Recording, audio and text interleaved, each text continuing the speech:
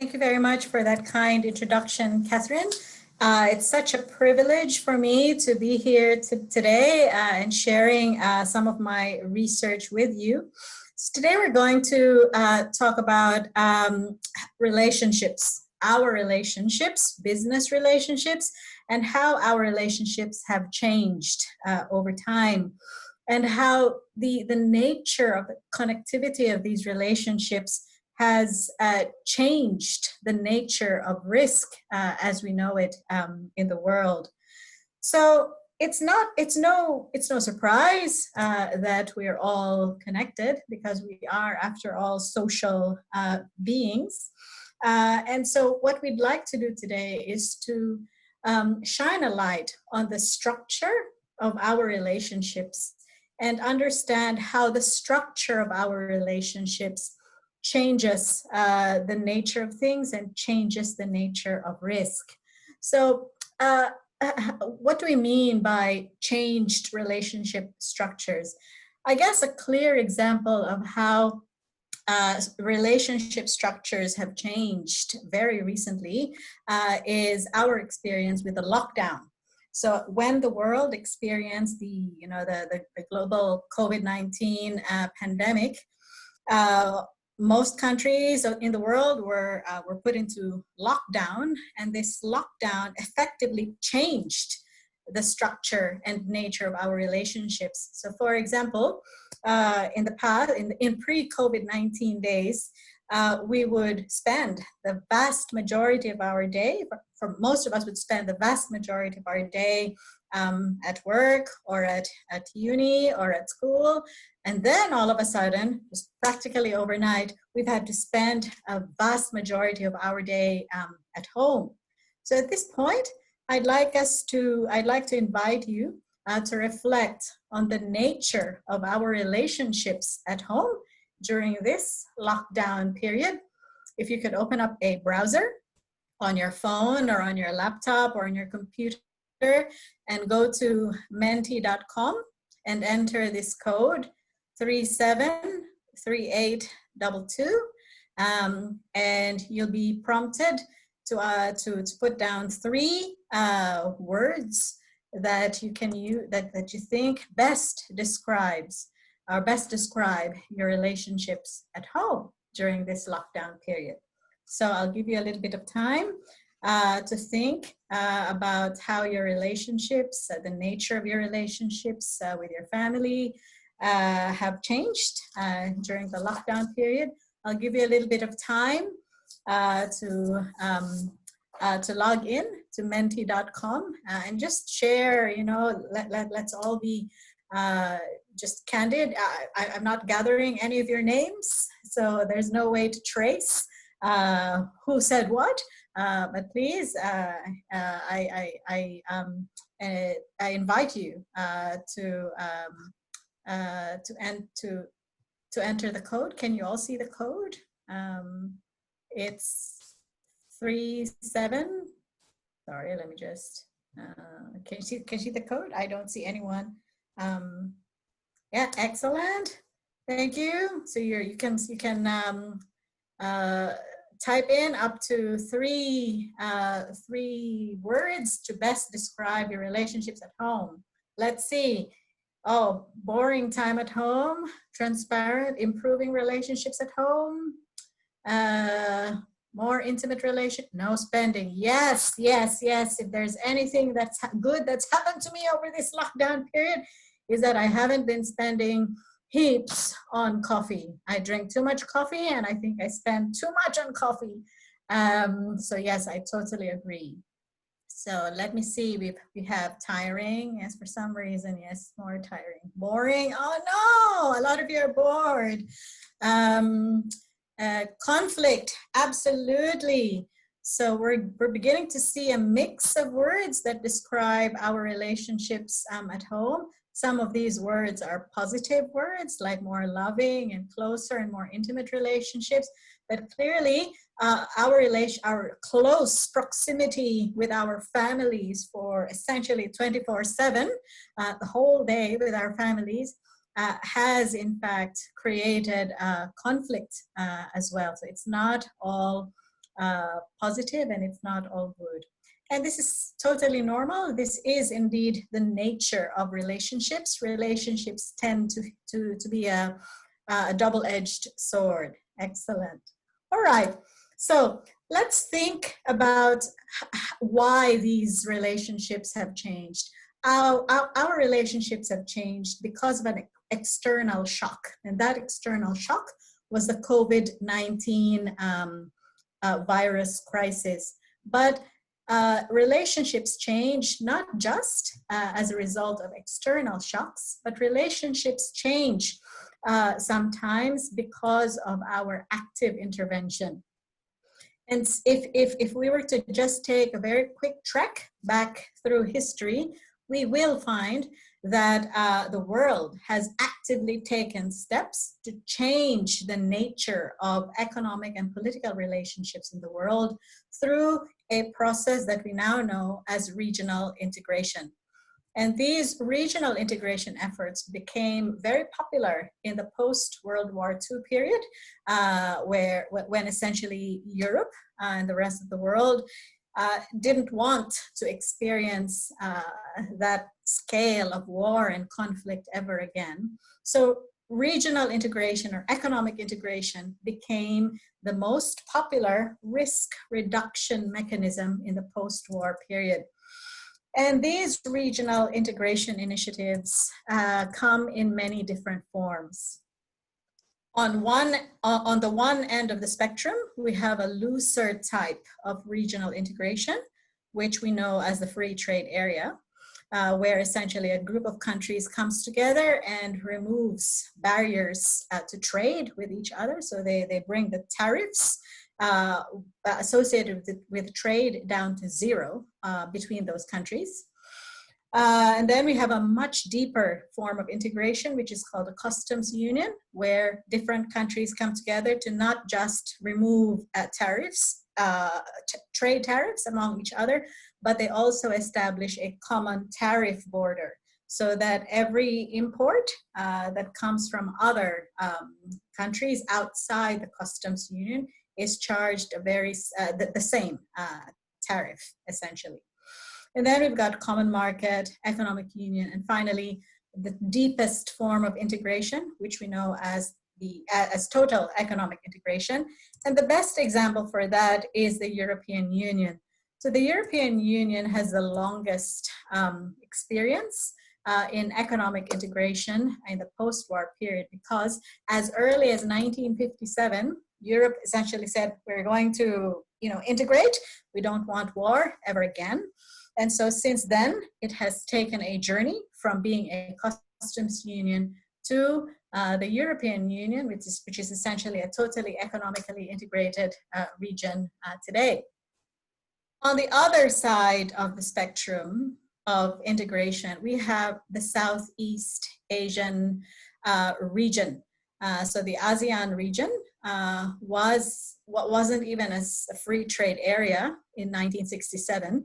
In 1967, they just declared, the countries in Southeast Asia essentially declared that, okay, people, we're going to be friends. Let's hold hands and let's be friends. They weren't even a free trade area at that point. It was much later in 1992 when the free trade area in ASEAN was finally established. And today they are in the process of creating a single market. So integration, whether it's through loose integration like the ASEAN region or deeper integration like the European Union, it is a risk management strategy. The idea is that together we become strong, and together we are peaceful and we are prosperous. So let's just underscore that the establishment or the fostering of closer economic and political relationships has always been a risk reduction strategy. But have we been able to reduce risk, and have we been able to eliminate risk in the world now that we have a very hyper-connected world as we know it? So today we're going to see the implication or the impact of closer relationships and hyper-connected relationships on the structure of our relationships and on what the implications are on risk. So we're going to use the methodology, we're going to use network analysis, essentially, to examine the structure of our relationships. And we're going to compare the ASEAN region and the European Union over a 25-year period from 1990 to 2014. We're going to look at how intra-regional trade in both regions has changed over time.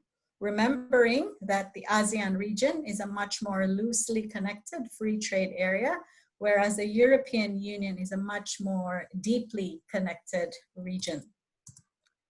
As I mentioned, we're going to use the social network analysis lens to have a look at that. We're going to look at connectivity, centrality, and other fun stuff about networks. So let's compare ASEAN versus the European Union, and let's look at the structure of the relationships over time. Let's first look at ASEAN. This is a snapshot of the ASEAN intra-regional network in 1990. So we find that the network, there is a network. It's a loosely connected network where different countries are connected to each other. How did that network change in 10 years? So in the year 2000, the ASEAN network has become much denser. And we can see that visually. That was in 1990, this was in 2000, and this is what it looked like in 2012, which is essentially the same as how it looked like in 2014. So if we contrast that with the European Union, remembering that the European Union has a long history of integration as far back as 1957, by 1990, the European Union was already a pretty densely connected network. All the countries were highly connected with each other, such that by the year 2000, the European Union became a perfectly connected network. That essentially means that every single country in the European Union was connected to every other country in the European Union. And so this explains why the screen is essentially black, because the density of the networks is just so deep that it's difficult to take the connections and relationships apart. And the connections and the density of the network essentially remained to 2012 and 2014. So what insights can we gain from this first part of the study? Well, most important thing is the type of regional integration agreement matters. So the ASEAN region, which is governed by a free trade agreement, which is more like a cooperative agreement, results in more moderate connections. They're more loosely coupled networks, more loosely coupled relationships. By contrast, the European Union, which is a deep integration, which is governed by a deep integration agreement, results in very densely connected and tightly coupled networks. If there is a region in the world that we can hold up as an excellent example of hyperconnectivity, it's really the European Union. The European Union is connected in so many different ways and so deeply and so widely with each other. The next question that we need to ask is, well, okay, so we've become more connected over time. What's the impact on the riskiness of the world? Remembering that regional integration was originally aimed at reducing risk in the world. So let's explore ASEAN versus EU riskiness. So we need a way to kind of measure riskiness. How do we do that? We do that by looking at the power law curve that results when we arrange countries in the region from the most connected country to the least connected country. So the x-axis represents individual countries. The y-axis represents the number of connections. And when we say connections, that's trade connections. So that's regional, intra-regional trade connections, whether those are imports and exports with other countries in the region. So if we are to arrange countries from the most connected country in the region to the least connected country in the region, and if the resulting curve that we get resembles this power law with a deep, curve, then what's the conclusion? The conclusion is that the structure of the intra-regional network is held together by the most connected country in the network. So in other words, if this particular country, which is the most connected country, collapses economically, politically, or for some other reason, if that most connected country collapses, then the entire regional network infrastructure collapses as well. It's like pulling on a piece of thread, I suppose, that's connected to many other threads. When you pull that thread, the entire fabric falls apart. So if we have a curve, a deep curve, then the network is dependent, or it's vulnerable to the collapse of the most connected country. But if this curve were flatter, that tells us that all the different countries in the network are connected to each other in more or less equal, to a more or less equal extent, such that the entire network isn't necessarily vulnerable to the most connected country.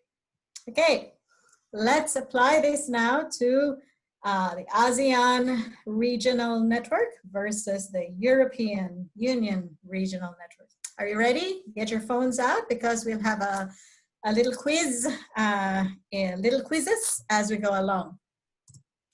So these are the power law curves of the ASEAN network in 1990. The blue one is 1990. The orange one is 2000, and the gray one is 2014.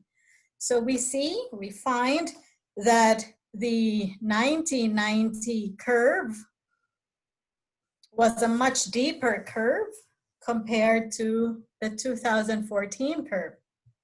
This means that while the ASEAN region continues to be extremely vulnerable to its most connected country, the regional network has become less vulnerable to the most connected country over time.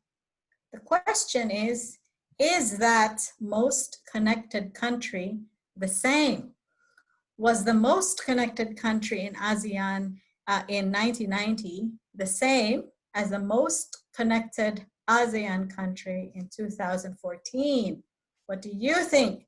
Please take out your phones, go back to menti.com and put in the code and think about which ASEAN country you think was most connected in 1990. Okay. This is going to give you 15 seconds to think about.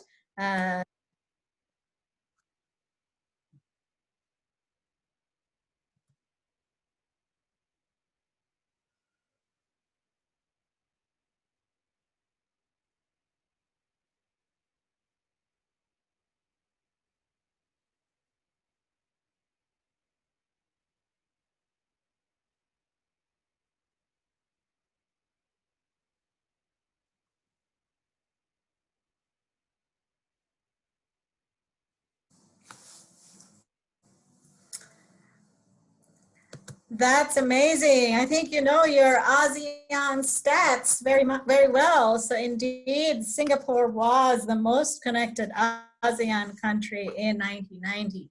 But was it the same country in 2014? Are you ready? Get your phones out. The question is, which ASEAN country was the most connected in 2014? Let's go.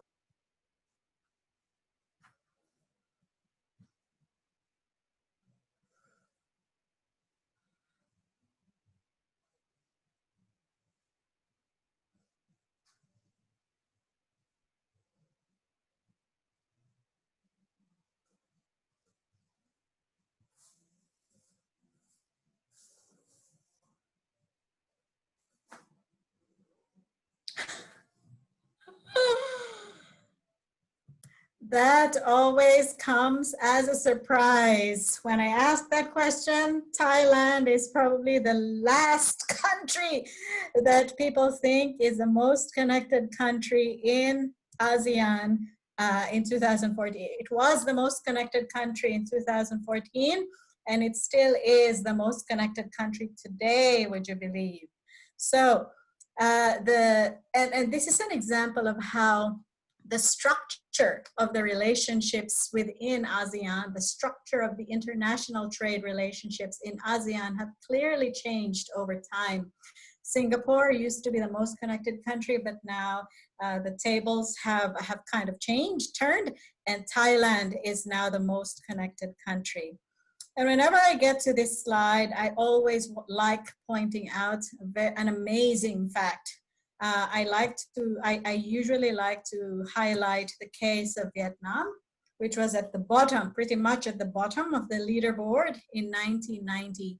But in a short span of 25 years, it has brought itself up to one of the top to the fifth most connected country in Southeast Asia.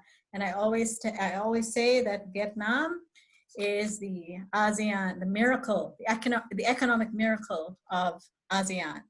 Right. Now let's go to the European Union. How has the European Union changed over time?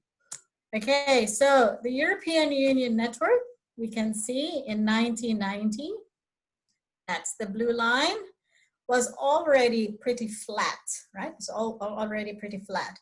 And it has become nothing but flatter and flatter and flatter over time until 2014. So what does this mean? This means that although we can arrange the countries in Europe from the most connected to the least connected, the vulnerability of Europe doesn't necessarily come from the most connected country.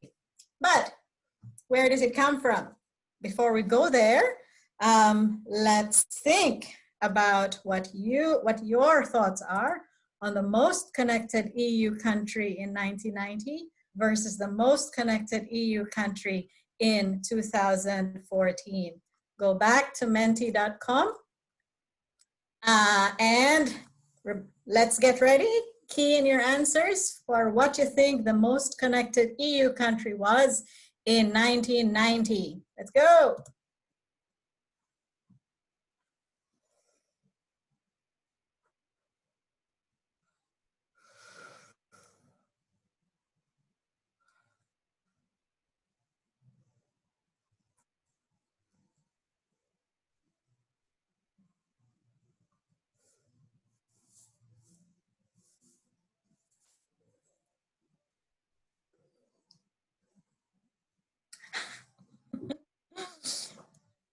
Awesome. It was the UK that was the most connected country in 1990 in the European Union.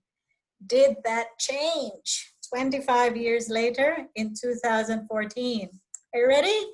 Who do you think, which country do you think was the most connected EU country in 2014?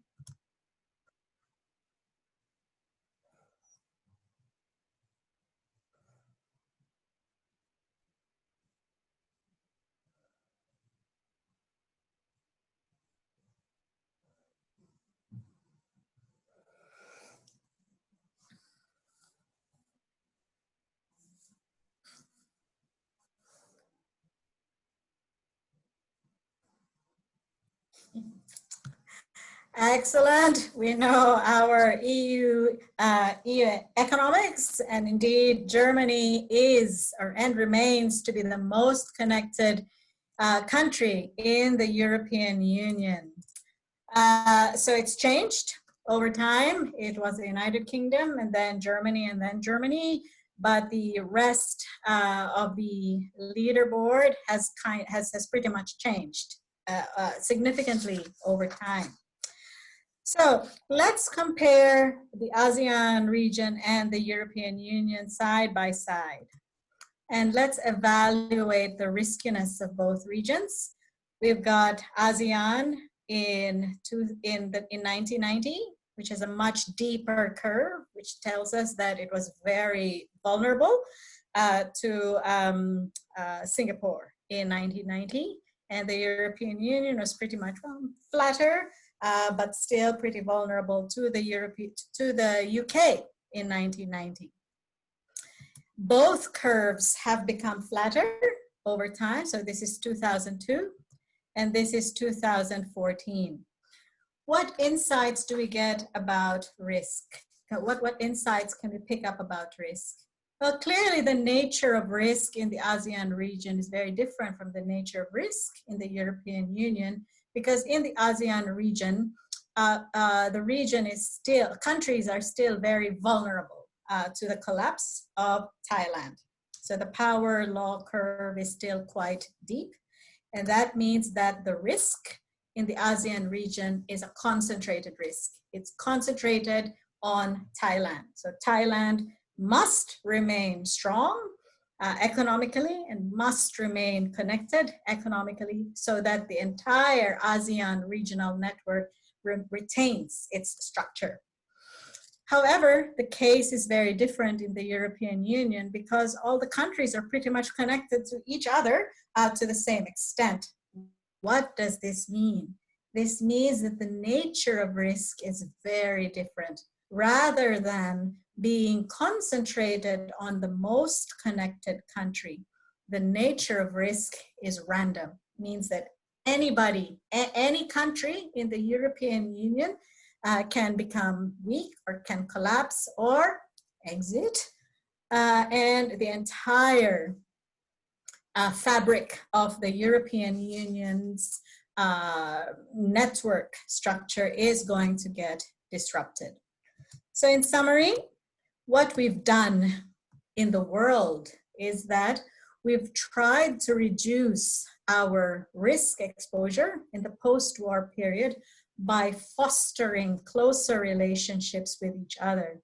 But what has happened is that we have become vulnerable to the biggest and most connected country, in the case of the ASEAN region, and in Europe, where the connections it's essentially the most hyper-connected region in the world. The European Union has become vulnerable to each other, even to the smallest and weakest member country.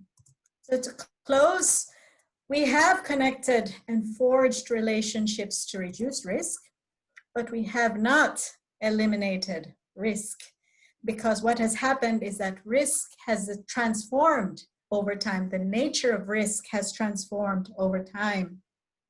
What we know today is that the way we choose to connect determines our risk exposure, such that if we choose to connect loosely, we have loosely coupled connections which make us vulnerable to one most connected country, or in the case of businesses, one highly connected supplier or one highly connected customer.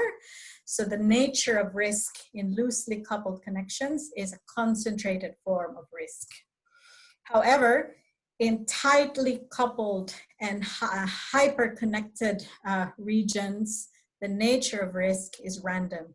Any one country in a hyper-connected region can get sick, resulting in contagion, very quick contagion across the entire region, precisely driven by the tightly coupled and very dense connectivity in that region. So in a hyper-connected world, we become more vulnerable to each other. In the same way that in the COVID-19 lockdown period, where we've been forced to be hyper-connected to our own families, we have become more vulnerable to the people that are closest to us. In a hyper-connected world, therefore, risk management strategies need to be very different. We need to take a much broader and more coordinated approach. Gone are the days when countries and businesses can make unilateral decisions about risk management. Today, risk management requires talking and collaborating with other countries. Risk management requires talking and collaborating with suppliers and markets, because at the end of the day, risk reduction for one needs to incorporate risk reduction for all. On that note, I'd like to thank you very much for your enthusiastic participation in our quizzes and our questions on Menti. I'd like to acknowledge that part of the funding for this project was from the Sydney Southeast Asian Center, which is one of the research centers in the University of Sydney. For those of you who are interested in reading the full academic paper, these are the details of that paper. It was published in the World Economy in 2019. On that note, over to you, Catherine. Thanks, Sandra. Can I say what a thought-provoking piece of work to talk about risk in the current environment, and I'd like to unpack that a bit in terms of our programs and thinking about lifelong learning, because what I think was really emphasized in your research is this issue of change, and change in domain areas of knowledge, change in practices, change in our everyday life, how quickly that can change, and I'm using that word again. So I think a lot to be said about that in the context of lifelong learning. I think a lot to be said in terms of connectedness. So that was a really strong theme coming up in your research. And with connectedness comes not only the benefits of relationships, but also the vulnerabilities. And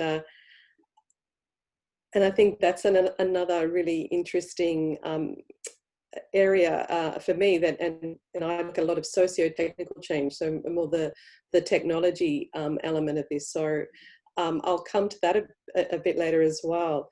So let me bring this to a bit more life with our program. So if you wouldn't mind, we'll look at the next one. And it's okay with I'll unashamedly start with our Master of International Business, because I think this flows on very well with not only your discipline in international business, but also the international scale that was being dealt with in your research. So I'd like to briefly talk about the Master of International Business. I've got a whole suite of postgraduate programs, and I won't have the time to go through them all, but I'd just like to highlight different aspects of our programs. And I'll start here with the international focus, obviously, in this particular program. This program that is firmly centered on the global scale, and also you'll see here with the points we've highlighted, brings into play an aspect that's not just what we do in the Master of International Business, but it is pervasive across all our programs, and that is experiential learning. So that goes to the second point there about the international consulting projects that are designed and executed in this particular program, and the diversity of countries, Brazil, India, Vietnam, a country that Sandra raised in her presentation.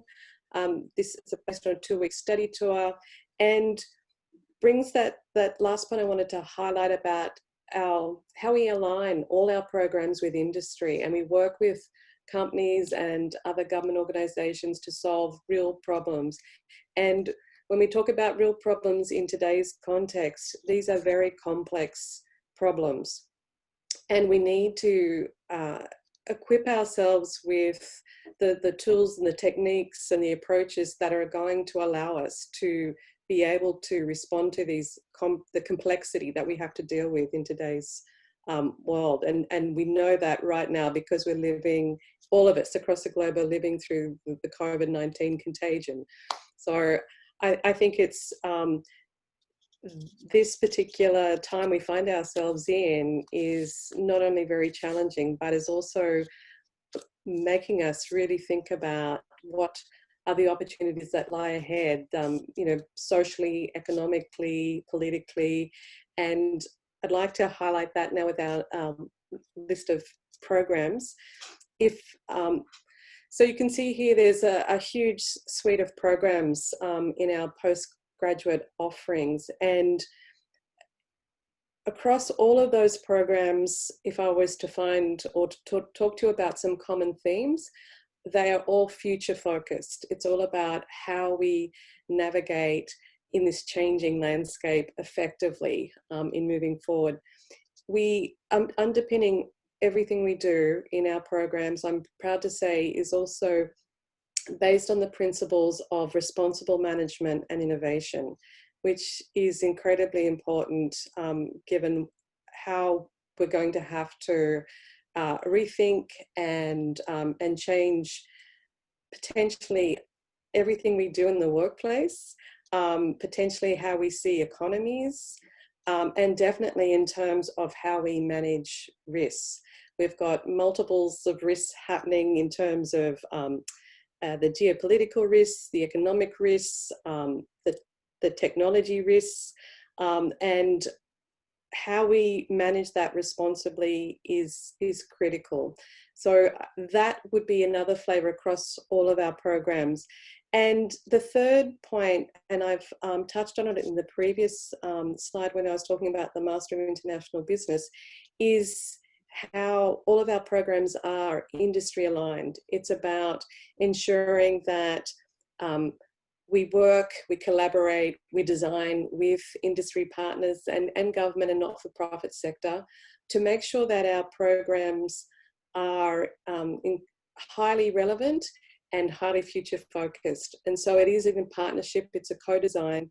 It's not something that we do, separate theory and separate to practice. These are all integrated.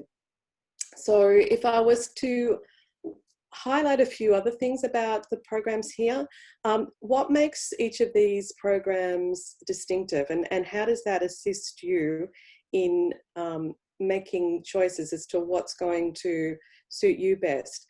I think I'll talk a bit about each of these, but I think there's some differentiation around the duration, so how long the program is designed for, so how long you're thinking about studying for. I think there's differentiation around, obviously, your own personal aspirations, where you're up to in your own career, what you think will serve you best, what interests you the best. And I think we always have to be passionate about what we want to study, because that's what sustains us. I think then if I was to unpack each of these, and I'll say this as well, high quality programs, and I know that might appear biased, but I stand behind that because we have all of these programs are accredited, are under quality assurance practices, so I can give those assurances. So the Master of Commerce, you'll see there we've got 3 listings of the Master of Commerce. The Master of Commerce, University of Sydney, is for those who have backgrounds in business or other areas, could be arts, engineering, science, And the Master of Commerce is to bring the additional business expertise into your CV. And it's a combination of both breadth and depth. And I say that because in responding to this dynamic and changing future of work, we have different specializations that you might like to choose between, from finance to global logistics to strategy to data analytics.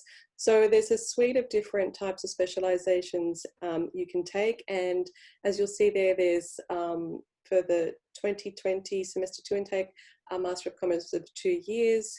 And then we have our relaunched Master of Commerce for the 2021 intake, and we have a 1.5 year and an extension Master of Commerce of 2 years.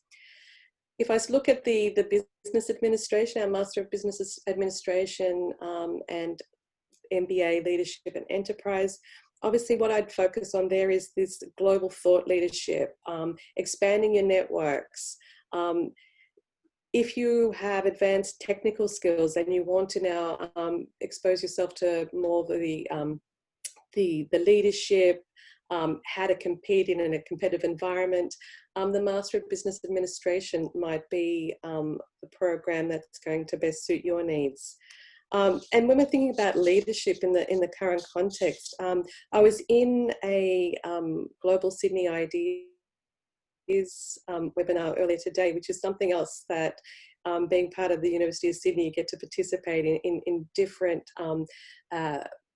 presentations,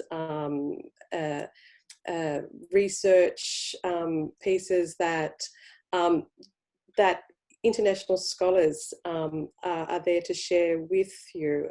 And in this particular one, I had the Vice Chancellor, Michael Spence. He was presenting with 2 other industry leaders.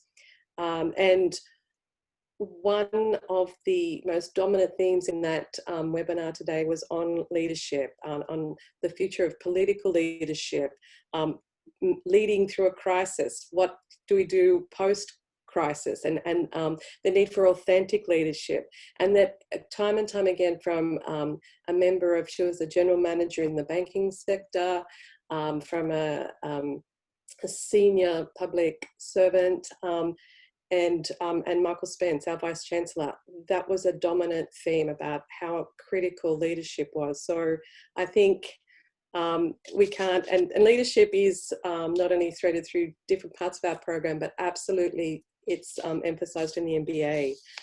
The Master of Management and Master of Management SEM. So this is designed for recent graduates from any area of study, and it provides you with a strong foundation in business, along with the other critical soft skill sets that you need to pursue your dream career. And this particular program, and the SEMS program, for those of you who are fluent in a second language, that will also enable you to participate in exchange programs with prestigious institutions across the globe. And the Master of Management, can I say very proudly, is recognised by The Economist, Financial Times, and the QS World University Rankings as #1 in Australia. So a highly prestigious program. The next one around the Master of Human Resource Management, Industrial Relations, a critical issue as we move forward with respect to how we manage our human capital effectively. How we work and our workplaces are all changing, and we've seen that in the current set of circumstances. So if you have an interest in the human asset for the company, and particularly, I'm seeing here now in Australia, just recently with our Prime Minister talking about the need to really think about our labour reform agendas and otherwise, this would be a perfect program for you to pursue those sorts of interests, and also the knowledge and the networks that you'll need to really thrive. I've talked about the Master of International business earlier, another fabulous program and a competitive program to get into. I didn't highlight this in the previous slide, but it's done by application. And can I say all of our programs are competitive, and that goes back to because they're widely recognised as being of high quality and from the University of Sydney. The Masters of Logistics and Supply Chain Management, what can I say in the current context? I'm talking about risk, our supply chains. And so this particular program, for those of you who are professionals in the logistics and supply chain industry, who would like to upskill, because you might have been promoted into a management role, or that's what you're aspiring to. This is a program that would really be suitable for you. And I like a description that the program director provided to me. He talked about efficient, resilient, and sustainable supply chains. And I think, you know, that's what they're focused on, or not what I think, I know that's what they're focused on, and something incredibly relevant in today's context. And back to the earlier point about connectedness and this risk that's also connected across these supply chains. And last but not least, and I say that because I'm in the start of my career, I started off as an accountant. I don't think you ever stop being an accountant. But one thing I have observed, and something that perhaps if I was reflecting on my own career, it's how this particular profession is really transforming. And for myself, more and more of my work and now in the context of my research has moved into the technology and how that is both enabling what we do in this finance function and very much changing what we do. So the Master of Professional Accounting program is for pre-experienced and recent undergraduates who'd like to think about a career in accounting. And, you know, once again, I was reflecting upon this today. We've got significant budget constraints. We're looking at how do we recover now, how do we improve business performance so that we can come out of this current economic challenge, and to be able to understand the finances, understand how the accounting practices and how we can provide the best information so that the most effective decisions are made is critical. So another great program. Thanks. So let me just sum up. I started off with some themes to start with, and just to finish up some of my presentation on the postgraduate programs. The question, why the University of Sydney Business School? And I get asked this a lot. Prior to me now being the Associate Dean's role of programs, I was in the undergraduate program space, and I'd have all of these fresh-faced new school leavers saying, why should I come to the University of Sydney Business School? And it doesn't matter whether you're just at the start of your academic sort of pursuit, or whether you've already completed some and you're moving into another direction in your career. We're firstly world leaders. We do have rankings, so we're ranked first in Australia and fourth in the world for graduate employability. And as another example, we're ranked in the top 30 for accounting and finance and top 50 for business and management. So my comments earlier about how we are recognised and the high quality of our programs is demonstrated in these rankings as well. We're top 1% in the world. I'm very proud to say that the University of Sydney Business School is the only business school in Australia to hold both the coveted Triple Crown accreditation and SEMS membership. And you can see that with our AACSB, our AMBA, our EQUIS, our SEMS. So our programs are recognised globally as well.